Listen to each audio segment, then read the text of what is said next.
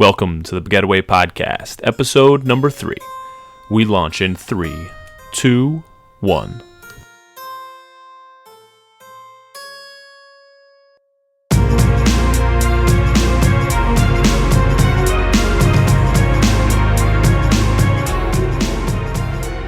Yoo-hoo! Hello! It's me! Welcome back. Okay, so let's dive right into another crazy weekend in NCAA lacrosse. I'll be honest with you, I don't know where to begin. There were so many good games. I assume you want to begin with Syracuse Notre Dame? The Cardiac Kids are back at it again in South Bend, burying Notre Dame with an 11-10 thriller. Just burying. Well, I mean, technically they kind of are. You know, when you win 6 games in a row that's all determined by 1 goal and 5 overtimes in a row, that just means that these guys are resilient. And no matter what, their blood pressure always stays the same, and they're always cool, calm, and collected when it goes down to the wire. I was telling you this the other day.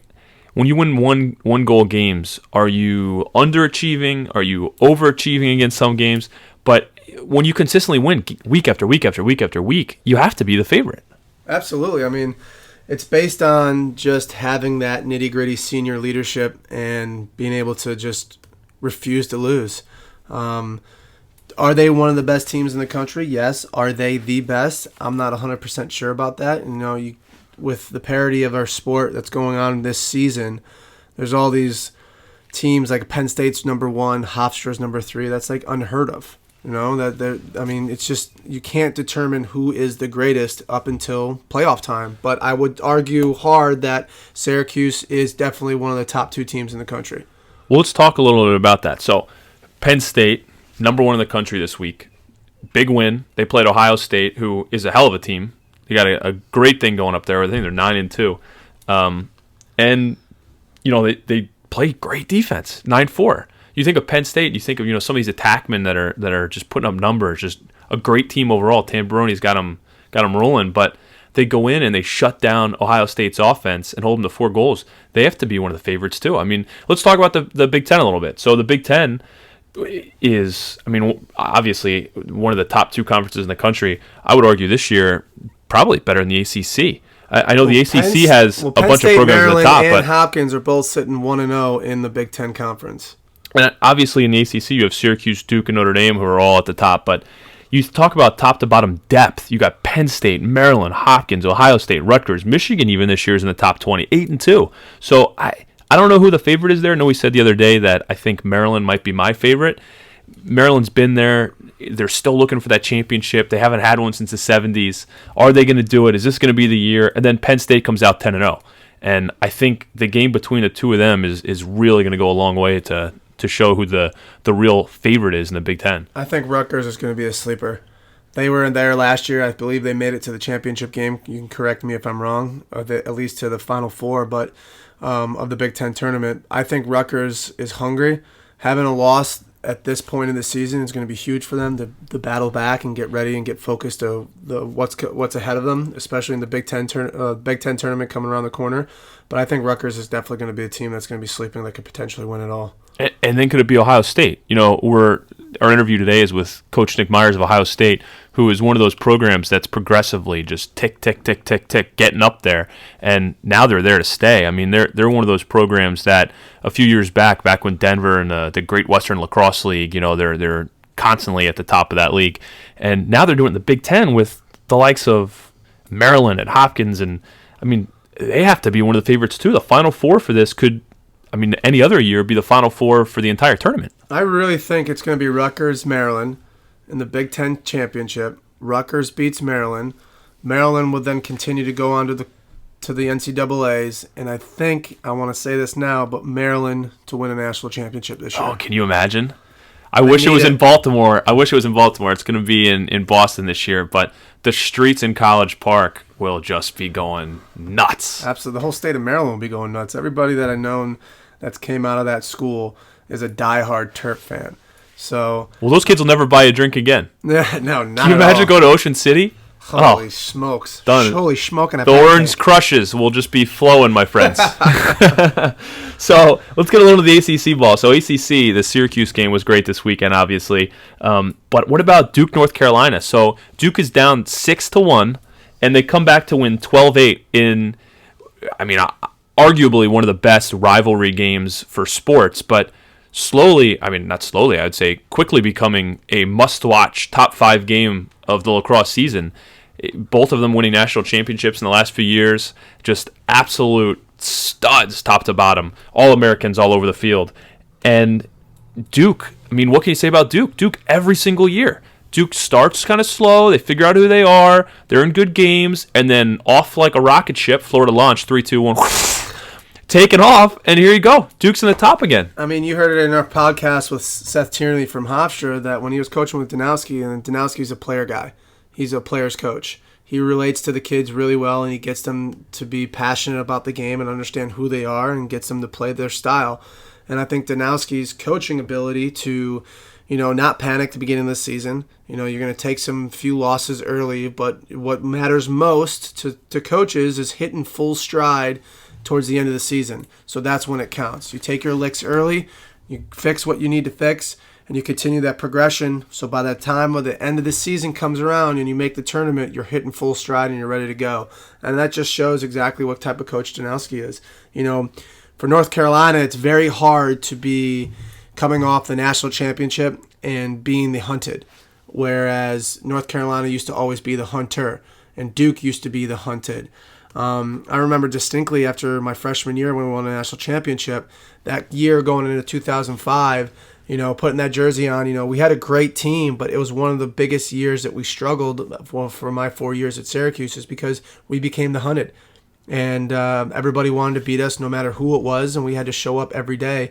And I think North Carolina is really struggling with that right now, of being able to compete at that highest level and continue to think to themselves, oh my God, we are the hunted, we got to show up and play. Yeah, when you go back to work after winning a national championship, I know they talked about trying to live it up in the fall a little bit, kind of have that time to enjoy it and then go back to work. It can be hard. I mean, you got the ring, it's on your finger, you won a championship, you know that you have the talent, and how hard do you have to work after that? Everyone's grinding to get back to that final where you've just been, and sometimes you can let your foot off the gas a little bit, but they'll figure it out. I mean, they're one of those teams that has a hell of a coach in Coach Bresci, and they've been there, they've done it. They just got to get on a roll a little bit here. And as we're talking about some of the traditional powers, some of the non-traditional powers, Denver won the national championship 2 years ago. They're just putting up numbers again. I mean, Cannizzaro, you got 20 goals against Georgetown this weekend, 20-11. Georgetown's not a bad team. I think Cannizzaro put up 9 points. Stud. That's pretty impressive. Stud. And when you talk about consistently week in, week out against good teams, against bad teams, against teams that maybe down a little bit, when you put up numbers like that, and it's consistent, I think they're averaging 14 goals, 13-something per game.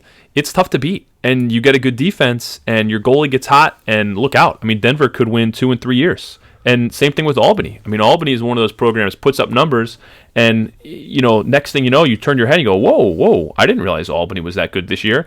Another tough, hard-fought win against Harvard this week, 15-13, and, they're a top 10 program. So, who is your game of the week? I'm going to go ahead and say maybe Syracuse? I think the game of the week is Syracuse against Hobart up in Geneva, New York. And what most people don't realize is it's a battle of the upstate. And so, long story short, Simmons Sr. and Krause were really good friends. They competed against one another. Hobart, as a Division III school, used to go to Syracuse and beat up on Syracuse when they were a Division III school, and Syracuse was Division I. Wow. Yeah, so they have this trophy that's been going on for years, and they play Hobart in Geneva Wednesday night, and I think it's a trap game. Can you imagine them coming out, going to take on number 2 team in the country? That always worries me because the 4 years at Syracuse I was there, we only lost to them once, and that was 2007. The closest next to that was 2005, and the only reason why I believe we won that game is because the fans, it's a tradition when you're in Geneva, the fans go to the lake, they grab dead fish, or they go fishing and they grab fish and they throw dead fish on the field. So The game was going back and forth. I believe it was 12-11, and they tied it 12-12, and the fans threw a fish on. They had a warning. They threw another fish on. So ridiculous. Flag down, non-releasable, unsportsmanlike on the fans, and Hobart got penalized. Well, just so happens that we get a non-releasable penalty, and we go down and we score a goal, And who scored that goal? It was me. Okay. Lefty Go down ahead. the alley, off stick hip, low and away. All right, Mr. Modest. And, I had to ask. Go ahead. Well, yeah, way to pull I had that to out. ask. Stop that. But the moral of the story is that the fans threw a fish out penalty. We win 13-12. That was one of the most competitive games I can vividly remember from the Hobart tradition. Get your dead fish. Get your dead fish. Do they have to be dead? Can you throw a real? Because I feel like if you go non-dead fish and it flops around for a while, I don't know if that's a 2-minute non-releasable, but I feel like that's kind of. I feel like that's gonna mess with people a little bit more. They gotta catch it. What do? Do you use a net? Does the goalie bring his stick over and help? That's the type of game where everybody would think, oh, Syracuse is gonna beat Hobart. I know my buddy Pete Pouillon's the assistant coach over at Hobart, and he's gonna get the guys fired up, and they're gonna come out and play, and it's gonna be a bloodbath. And hopefully Syracuse comes down tops and continue their story, but you never know what can happen. Well, that's your Lax World Game of the Week. Check it out. I will definitely be following that one. Well, then we want to talk a little bit about the women's game as well. So the women's game, there's just so many storylines here, and we're having a great time diving into it. I think some of the storylines that jump right off the page in the beginning are Stony Brook this year. I mean, Stony Brook, Joe Spallina comes in 2011, 2012. They had, I think, 4-11 season, and now they're number 4 in the country, and they have one loss, albeit to Florida, who's number 2 in the country right now. But they're right up there. They're one of those programs that kind of we're seeing on the men's side. It's in a hotbed. It's where people play. It's where you have players right in your backyard. How do you keep them home? The way to do it is with a good season and a good coach. You do it once, you do it twice, you do it 3 times, and all of a sudden, bang, you're getting the All-Americans and you're really making a run for it. And it's going to be tough with Carolina and Florida and Maryland up at the top, but you never know. I mean, you get one good game, right? He's making his push. Joe Spallina does a great job in the MLL because he's the head coach for the New York Lizards as well. So, he's able to take the men's game and relate it to the women's and vice versa. So he's been doing a tremendous job, and I hope to see his continued his success. I'm not good with predictions because I'm one of those things, I like a dog that chases shiny objects. Car, ooh. You're like a weatherman. There's a 40% chance of rain, I guess. Somewhere. Yeah. So once we kind of start to boil it down and start to get the tournament teams, I think we'll start making predictions. But as of right now, I'm pumped. There's so many on both sides of the game, women's and men's. There's so many good teams. I think it's going to be a pretty exciting year, kind of like basketball. I mean, I wish Gonzaga would have won, another non-traditional power, but. So anyway, guys, this week we have an awesome interview for you. Nick Myers, who's the head coach of Ohio State, coached the U19 national team on the men's side this past summer, and won a thriller against Canada. And he's going to talk a little bit about that. We had a great time with him. He has a great story, how he came into the game, where he's at now. Where Ohio State's going. Ohio State could very easily here in the next few years just be a dominant force, top 5, just lock them in for the season. And with him at the helm, I think they're in great hands, and you're starting to see that this year for sure, as you did the last couple of years. So let's do it. Here's Nick Myers, head coach of the Ohio State University men's lacrosse program.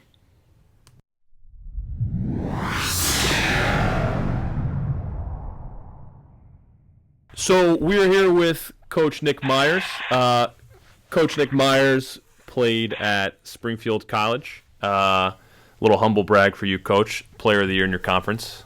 91 points as a senior. Went on to be a volunteer coach at Ohio State, and then later at Butler, and returned to Ohio State as an assistant coach before becoming the head coach in 2008. U19 national team coach over the summer for the World Games. And Coach, you came out of Maine. Where did the sport, kind of foster itself with you? Where did you fall in love with it? Well, I appreciate the kind words in the introduction, and just want to start by saying thank you for having me on. Excited to share, some lacrosse and talk lacrosse. 2 gentlemen that certainly share my passion for the game. But to answer your question, growing up in Maine was incredible. I grew up in a small town that was just over the border, about an hour and a half north of Boston, Kennebunk, Maine, and I think at that time, my parents were teachers and divorced at a young age, and both remarried teachers. And in my mom's case, she remarried a gentleman who was a high school football coach and lacrosse coach at Cape Elizabeth, which at that time was kind of the premier program in Maine. And we didn't have it in our town, so I had never even seen a lacrosse stick before. But when I was about 7 or 8 years old, he gave me a stick, and my stepfather really got me kind of engaged with just having to throw and catch. And he was friends with the Garber family, so I got to meet Mr. Dick Garber when I was a young man, and that they were family friends. So before long, started getting really involved in it, and then soon, my mom actually kind of got to help spearhead the club team in town with some other parents and families, and by middle school we had a club. And all the way through high school, it was a club team. I ended up, I drove to high school games in my car. We practiced at my elementary school. So I played football and basketball. I was a 3-sport athlete. And after graduation, it became a high school sport, so it became a bit more organized. But in a nutshell, that was kind of my lacrosse experience growing up. It was a little bit more off the radar than some of the other traditional sports. But nevertheless, it just, like I said, like you both, really just fell in love with it, and had the opportunity to play in college, so pursued that. So, speaking of college, Coach, what do these names kind of have in common? A little trivia question for you. Albert Perryman, Steve Spagnuolo, Tony DeCicco, Nick Myers, Coach Toner, and Coach Brecht. What do those all have in common? Any idea? Well, you listed off some incredible coaches. I appreciate being a mix, but no, I think that it's humbling. That when you go to Springfield College, the tradition, from Naismith Gym, to being a PE major there, and just all the incredible professors and coaches that they have. A lot of those, men and women I'm still in contact with. But yeah, there's too many to name. The strength and conditioning world is another host of names. So yeah, that was a big draw for me. I loved athletics. It was a small school that really just, the whole spirit, mind, and body, the college experience in Springfield's a little different than a lot of places. It just was really attractive to me, and I knew that I was going to be around some incredible people, both as teammates, but also as professors and coaches. And as you just stated, there's been a number of men and women that have come through Springfield that have been very successful in the coaching ranks. Yeah, it's pretty wild. We saw a tweet a few weeks ago. Actually, maybe might have just been a week or two ago, where Springfield was giving a little bit of a shout out. Ohio State, Penn State, and Rutgers. The associate head coach over with Coach Tambroni at Penn State being Coach Toner. Between the three of you guys, it was 3 of the 4 top 4 programs in the country. It's pretty wild out of one college, and a couple of gold medal winning coaches, and it's wild that all of you guys can come out of one school. It's definitely sounds like a special place. Well, I appreciate you sharing that. Yeah, I don't know if you know this or not, but Peter Toner and I and Pat, my brother, all went to high school together. So Pete and I were. Oh wow! I didn't know that. Peter was actually 2 years younger than me and my brother Pat. So we all played high school football together, and then Pete was a hockey player. Pat played basketball, and so when I went up to Springfield College, they were a couple years behind me, and then when they graduated, my brother Pat went to Ohio State to play lacrosse for Joe Bresci, and Peter went to Springfield College. So Peter and I were actually teammates at Springfield for 2 years. And then when I graduated, I went to Ohio State and been out here ever since. And Pete obviously spent some time at Springfield as a GA, and then over at Bryant before landing at Penn State. So those are guys that I worked with this summer as well, and I know we'll get into that. But 2 guys that mean a ton to me. Yeah, and 9-1 right now, Coach, sitting at number 5 in the polls. You guys are having a heck of a run here the last few years. Kids must be knocking down the doors to get to Columbus. What does your recruiting process look like, and how early do you guys go after some of the young talent? Talk us a little bit through your recruiting process. Sure. Yeah, I appreciate the question. I think, for us, we want to recruit great people, and I think as cliche as that is, I think that, we've been really fortunate. We have, about 20% of our roster is made up from Ohio, in all parts of Ohio, Central Ohio, Northeast, Northwest, Toledo, etc. But then we have 14 states and 2 provinces of Canada right now as well. And, I've always really prided myself, being a kid from Maine, to look everywhere. And I was a guy that my family couldn't afford that year at Bridgeton, Coach Brooks. I was going to bring that up. But I would have loved that. I think if I got another year, again, I was raw. I was more of an athlete than a lacrosse player, and I just, at that time, Bridgeton was the place to be. I was pitching it hard to my family, but I went to one camp. I went to Peak 200. I sprained my ankle playing basketball the night before. I was captain of the basketball team. And at that point, you didn't miss summer basketball. So I went to Peak 200 and kind of limped around camp. And, but at the end of the week, I met the Springfield assistant, and he liked my game. He was coaching my team, and I ended up going there. It was really that simple for me. That was my process. And I've never forgotten that, and kind of stuck with me. And my brother, Pat, was a little younger, so he was wiser. His younger brothers are. He had gotten a little bit more exposure. So to go back to your question about Ohio State, I think that, there's a lot made of this early process, and I'd be lying to you if I told you we didn't do some early recruiting here at Ohio State, because we do. My job is to bring in the best student-athletes possible, period. And I think we've identified some in an early state, and we've got some really good ones late in the game, and so for us, it's just evaluating, our environment, our culture. It's a really special place. Ohio State sells itself. I'm really lucky in that way.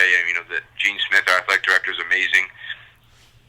So I think when you have the opportunity to work at a place like Ohio State, you want to make sure that you set the standard really high, and that you don't settle. And if you're recruiting Baltimore, Long Island, that you don't settle for like the second or third best player in a traditional area. We've never done that. We have a young man from Alabama. We have Texas. We have the West Coast, all different parts. And we had a lot of success with guys from different areas, as well as people from Long Island and upstate New York and in Baltimore. So it's a very long-winded answer to your question. I apologize, but I think in respect to recruiting, I really enjoy it. It's part of the job that I truly love, because it's a chance to go out and meet some amazing people. And Coach Brooks is an amazing story. He's been one of the best middies we've had in our game in recent years. And I think his process is one that's a lot like some of these guys that are out there that maybe are getting overlooked, that are committing in the ninth grade. I appreciate that. That ties into my next question is, being in the Midwest, growing up, I grew up watching all Big Ten sports and seeing the game of lacrosse grow. Do you see more schools in the Big Ten adding lacrosse? I certainly do. Right. But I'm a lacrosse coach, and I'm extremely biased. I don't know. I think it's if I had to put my AD hat on for a second, I think that the lens there is one that there's some challenges to navigate. It's not just as simply as wanting it and adding it, but I do think that there's an appetite for it. I think that the Big Ten has created some discussion. I think that the amount of exposure that we've gotten, I think there's a tremendous amount of positives. You just saw the Bonnies added this past week. I feel like we're averaging 1 or 2 a year. But to think that a Pac-12 could come in, or an SEC, possibly, to me, that's the next big steps of these Power 5 conferences that maybe want to add it. And obviously, we'd love to see Michigan State bring it back. Northwestern that has the women, Minnesota possibly. Those are places that just seem like they'd be ideal fits.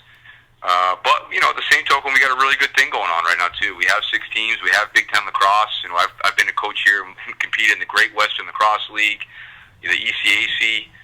We've been in so now to have a home in the Big Ten feels really, really good. Oh, absolutely. Big Ten is one of the top conferences in the country. I feel it competes right up there with ACC. I think so. We got work to do to back that up. The ACC has really been the premier conference and sustained that for several years. I think the Big Ten has potential. Even in year one, we had 3 teams in the quarters and 2 in the Final Four. Last year with Maryland in the championship game. The rich tradition that Maryland and Hopkins bring to the conference with, the likes of the other 4 of us that are all really working hard to establish that, I think is kind of a unique blend, and has kind of called us to action to step up. And we realize you're immediately humbled by what the standard is when you have Maryland and Hopkins in your conference, and I think that I'm proud that the way the other teams in the conference, I feel like, have kind of answered that and not allowed this, at least to this point, to be just a runaway with the 2 teams. But they clearly have been the class of the conference to this point. So, we got to work hard this year, and, we're on the eve now of Big Ten play. It's the last 5 games on our schedule, and, they're going to feel like playoff games, I have no doubt. These are going to be battles, and it's going to be a lot of fun to be part of. So, Coach, a lot of people are, a lot of the young players are aspiring to be Big Ten players, and the numbers just aren't there. It's a smaller conference, just like the ACC. the elite lacrosse, the numbers are small. So if I'm a young player aspiring to play for you guys or for Hopkins or Maryland, what would you recommend to the young guys? What exposure? Because playing 15 prospect days and 12 tournaments over the summer, you wear your body down, and it's not exactly, the right way to go. Yeah. Well, I mean, I think, coach is a great example for that. At the end of the day, can you play ball? Some kids are better served getting out with a bucket of balls and shooting, and hitting the wall, and I think that, growing up in Maine, I mean, I lived on the wall, the shop and save right behind our house, and my brother and I always had sticks. We were always shooting. We were always challenging each other, and I just think that the question I always get is, like, what camps do we go to and what highlight video do I make? I'm like, how good are you? And right. I think it's you're not seeing these blue-chip guys just not get noticed. I mean, I think at the end of the day, there is a lot more club, there is a lot more camp, there's a lot more opportunities, but there's a lot more competition. So again, it falls back on how hard do you want to work, how bad do you want it, and I would tell that kid, an example you made, to not stop dreaming, to dream big. I mean, I got a letter from Sid Jameson telling me I wasn't good enough, a handwritten letter, and I'll never forget that at Bucknell, and that was one of the schools that I had a real interest in, but it wasn't for me, and it took me one step closer to ultimately ending up at Springfield. But I had an amazing experience at Springfield. I loved it. I wouldn't have changed it for a thing, and obviously my brother had a Division I experience. But yeah, I mean, I guess for the kid that maybe is a junior that hasn't got the call from Ohio State or Syracuse, it's not too late, but you got to put in the work. You talked about getting a letter from Coach Jameson. I think that's one of the other questions I really have for some of these college coaches. From the outside looking in, I hear a lot of the parents talking, and I feel like a lot of the parents are driving the recruiting process. And do you experience that too? Do you think that some of the parents are, a little bit too much of the driving force, and some of the players should take the initiative? Because after all, they're becoming young men. You don't want to recruit a boy whose dad, was leading the recruiting process. Get balance, it really is, and I think it's hard to put it all into a box. I think every family's different. I mean, I mentioned my family was non-traditional. I had parents that were divorced. I spent Sunday to Wednesday with my mom and Wednesday to Saturday with my dad. So I think you have to evaluate every family with kind of a little bit of an open mind. And I think it's important for me as a coach. I don't look at it big picture of like what recruiting should. I look at it selfishly of what's best for Ohio State. Right. When I recruit a family, it's like, okay, let's evaluate. We know he's good, so let's see how serious he is about school. And let's see, what's his family situation. Mom, dad, what are aspirations? What are their core values? I always like hearing from the parents when it comes time to a visit and get a sense of like what's home like. What is he getting instilled in the house? I think as far as sending emails out and letters, yeah, sure, those should come from the kid. And do I get some from parents? Absolutely. But as far as picking 10 to 12 kids that I want to go to battle with, or I want to cross the international border and put the USA jersey on with, you got to really define what success looks like for you and your culture, and then you have to go out there and try to find that. You have to go out and find people that share the same values and mission that ultimately you're on, and that's the fun part. And so basically, I like that. I like the way you think. You like to dig in deeper about who they are as a person, not just what they do on the field. I think you have to, Stephen. Yeah, I mean, you look at some of the best players we've had here, and you played with a couple of these guys or against them. I mean, nobody knew who Logan Schuss was or Jesse King or Johnny Pearson, or now you got this kid Trey LeClaire, everybody wants to talk about. Nobody knew what his name was a year ago. These guys weren't on top 50 boards, or I mean, some of those guys are Canadian guys. I understand, but you want to find guys that you think can really play lacrosse, but that have an incredible motor to want to be the best. That you see something in them that makes them unique. And coming from Maine and coming from the Midwest and PGing like you did, you had a chip on your shoulder. You had something to prove. You had an edginess about you. And I think that when you can find kids that kind of have that, from my experience, that's something I crave to coach. And I think that every coach is a little bit different. So maybe that's just me, and I think I can maximize those type of athletes maybe better than maybe others. So you just you try to find the right mix for your environment and guys that that you're going to be able to commit to every day and want to be around, and they want to be around you. A lot of that's being very honest. Like we don't try to sugarcoat it with kids. Like, this is hard, this is tough. Here's when we practice. Here's what training week looks like. Here's what's expected of you. Being a Buckeye is not for everybody. And I think it's important that if a kid does aspire to play at this level, he understands what that commitment looks like at this point. My commitment at Springfield was very different than what we ask of these guys here at Ohio State. Well, at Ohio State, too, Coach, we've heard rumors that you have a better office than Urban Meyer. Larger, more plush. You talk a little bit about that. I know your facilities, I don't know if anyone's checked out YouTube. Go check out the YouTube Ohio State lacrosse facilities. Absolutely second to none. Phenomenal. And all those gold-plated couches you have in your office were pretty nice, too. You're spreading some rumors. We're very fortunate.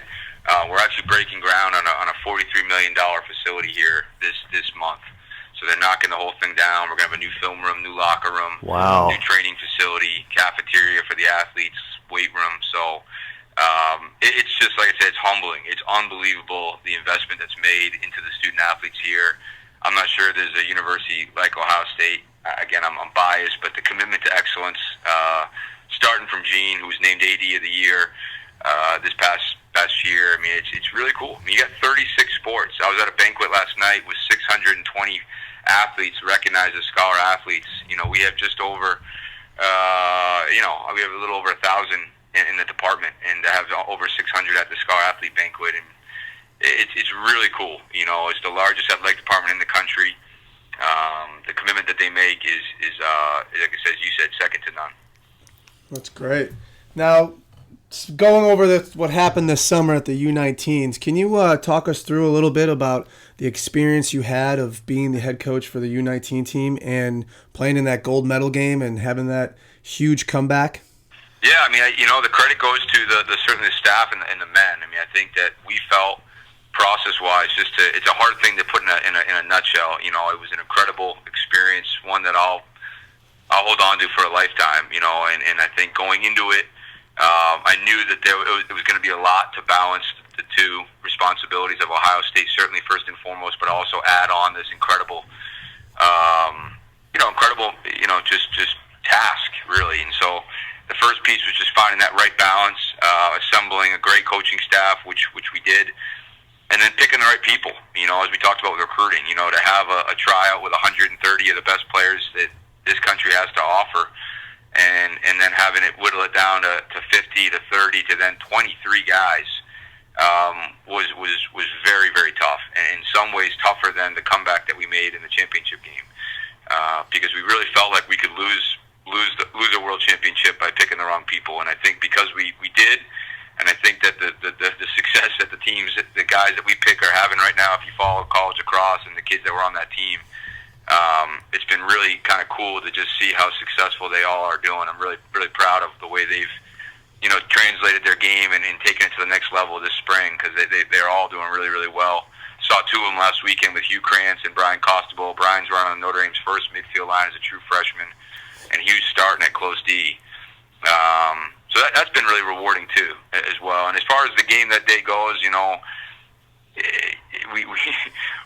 a really challenging tournament, to play Canada on the first night and to be successful, and then to not really have any type of competitiveness in terms of a game for almost 10 days, and then only have 23 guys, not really be able to practice. It's a tough thing. You got kids in a hotel for almost 2 weeks in Canada. So there's a lot of challenges that come. We got to that game. We knew we were going to be in a one-goal game. We had scrimmaged them twice. Had two really close games with them in scrimmages, and the kids stuck to the plan. That's the one thing I'll share, is they didn't waver, and it would have been easy to panic. It would have been easy to kind of fold. It would have been easy to make excuses at halftime. They kind of brought it up. We made one or two tweaks to our plan. Kind of went to plan B on the defensive side of things, and they responded really well, and they hung in there, and we were able to get back in the game, and ultimately, bring a 7th World Championship back here to the United States. That's awesome. Love it, Coach. Congratulations! I love that. Those highlights were just incredible. You can see the passion between your staff and the players. I mean, I think winning a championship at any stage, or whether it be youth, high school, college, pro, whatever, is exciting. But once you strap on that USA across your chest and you're geared up for the country, I can imagine it gives you just that much more fire. There's nothing like it. Yeah, it really is. It's an incredible responsibility. You feel like when you're in that moment, you want to make sure that you accomplish the mission of winning, but you also want to do it the USA way. You want to do it, in a way that everyone can be really proud of, and that was a big part of our process with picking, the right men. And I think out of 100 kids, you're hard pressed to tell anybody those kids are not good enough to play on the team. It's finding, like as you said in recruiting, that the right people for your mission, for your culture, for the task that you want to try to go after. And I think that's what we try to really stick to. We had a pretty specific outline of what we were looking for, and we were fortunate that we were able to kind of bring it together. And that's what we're working really hard right now at Ohio State to do. It's just to try to, we feel like that our biggest opponent is us. And I think if we can continue to grow as a team, we got a shot, like a lot of teams do right now, to make some noise here in the next month or two. But I think that you got to focus within, inside first. Well, we're looking forward to seeing it. I think you guys will be there in May. We're pretty excited to see, the Big Ten lacrosse. Once you guys get out of Big Ten play, you're definitely going to be battle tested. And the way you guys have played so far, it's definitely going to be an exciting run. Oh yeah. So, Coach, two final questions for you. The one question. These are a little bit more lighthearted, so we've already done the hard stuff. The two questions we finish up with. One is a random word generator. And we go 2 words, and you have to give us, a player, a teammate, a celebrity, whatever first pops in your head, someone that's coached you in the past, and just first thing that comes to your mind, who the player is. All right, here we go. All right, so your 2 words are elite menace. Elite, and what's the second word? Menace. Menace? Yeah, an elite menace. I would say Dominique Alexander. Oh yeah, I can agree with that. I mean, he's a menace in a lot of ways. Menace because he never shuts up, but menace because he's a physical force, and he is. He's an elite player in the game. I think he's one of the best teammates in the world. I'm hoping he gets a shot with Team USA. I know he's been with them a little bit, but in terms of the players I've had the privilege to coach, he's right up there in terms of just do anything that's asked of him, offense, defense, lead the team. One of my favorites, and he is menacing, no doubt about that. Yeah, he is one of the toughest defenders I have to go up against in the summer, so I can agree with that as well.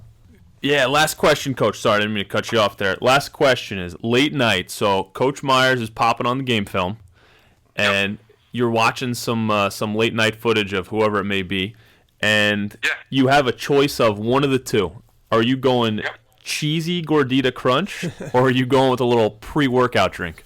Sounds like Coach might be healthy. I don't know if he's going to go with either of them. No, I mean, probably a pre-workout. That's what I like. Late night, I don't know. Yeah, I mean, just a legal pad and a pen, man, is all I need. But I think the pre-workout probably. I'm occasional Spark. I'll fire one of those up. Brooks likes that one. I love Advocare products. Spark is by far the best. Not to plug, but I'll fire one of those up once in a while just to kind of get that edge and really dial in. That question might have been a little stacked deck there. We might have heard you liked a little Spark, but we have some birdies on the inside, Coach. We have some birdies. But I really appreciate talking to you. Good luck this year. We've had a lot of fun watching you guys play, and look forward to seeing you guys come May. Yeah, it's great to hear your story and your philosophy. A lot of kids can relate to that, and especially from a Midwest kid, I think it means a lot to me personally, and a lot of kids from the Midwest can hear someone of your stature and your story, and hopefully they can get that opportunity because, coming out from Illinois, I was the type of guy that just never got recruited barely because I played lacrosse in Illinois when we only had 19 high school teams. And I was lucky enough to go to Bridgeton and have a coach that believed in me, and I was able to do the things that I did. But you hit it spot on when it's just about being that blue-collar, hard-working type of player that's willing to go above and beyond of whatever their expectation is to become that person no matter how many times they get knocked down. So we really appreciate your time and your values of this game, and it's a tremendous honor to be able to have the opportunity to talk to you. Yeah, I feel the same way, Coach Brooks. So good luck to you, and keep shooting, man. I'll try. I'm getting a little old. No, you won't stop. Shoot to get hot, man. Yeah, right? It was great. Really appreciate it, man. Thank you for your time, and thanks for having the opportunity to be on. Thanks, Coach. See ya. See you. So, Steven, question. What was your first stick? My first stick, I had a black head. It was a brine edge traditional pocket, and boy, was that thing sweet. Ooh, I went traditional too. I went MX, brine MX, and it was custom factory green. Not the best color, but green. Ugh. But I loved it. It's crazy these days how expensive the sport has gotten to. I remember when I was a kid and it was cheap. And yeah, it wasn't that nowadays, things are becoming more expensive, and the product is obviously getting better. But there's a website out there. I can't remember off the top of my head. I think it's laxworld.com. There it is. Laxworld.com. So right now, if you go to laxworld.com and you check out their clearance section, I'm telling you, I love deals. This is nuts. So they have Warrior Evo 3s, $49.95. And the Evo 4 is $54.99. That's a steal. Say what? That's crazy. And you know what? Shipping can also be a little expensive, but not if you use code BAGPOD, BAGPOD. Help the podcast out a little bit. And you know what? Maybe we'll have some more deals for you in the future. But use BAGPOD, free shipping, no minimum. Go see our friends at Laxworld. Want to thank our other sponsor, Bridget Partners, an LED distributor of American-made LEDs. Tell your boss, tell your parents, tell your coach, tell your school. Call Bridget Partners and save 60% or more on your lighting bill today. Today. You can reach them at 703-713-5209 and tell them that Baggataway Podcast sent you. Thanks again to Coach Myers. Because we did go a little long with him, we're going to try to keep our episodes to about 45 minutes. We're going to go ahead and cut the end of our episode segments. So no fun fact this week. But I will tell you, we have one of the best women in the world coming on next week, right here, Baggataway Podcast, and we're super pumped about it. So we actually already wrapped up the interview, and I'm telling you, it's going to be one of those can't-miss episodes. She's going to talk about the upcoming World Cup, Team USA. You guys definitely know who she is, whether you follow the women's game or not. It's an awesome interview. So check it out early Wednesday morning on your ride, on your commute, on the way to school, on your way to practice, whatever it may be. We will be there Wednesday morning right there for you. Go ahead and follow us at Baggataway Pod on Twitter, Baggataway Podcast on Instagram. And if you want to email us, baggatawaypodcast@gmail.com. So one more thing, guys, before we go. And Brooksy and I were talking about this. Numbers are killing it so far. We love it. Thank you. But we want to keep going, shooting for the moon. So go ahead and download our podcast on your mom's phone, your sister's, your girlfriend's, your dad's, your boss's, your teacher, your principal, your bus driver, maybe even your coach, and tell them, first of all, you're welcome. Second of all, if they don't love it, delete it. That's fine. We'll take the numbers. And you know what, guys? When you do that, take a picture of yourself doing it on a friend's phone and put them on Twitter. Again, we are Baggataway Pod on Twitter, and we're going to take some of those that we really like, some of the best ones, and we may just have a prize for you. And we'll see you back here next Wednesday. Enjoy this weekend's lineup. The games are going to be fire.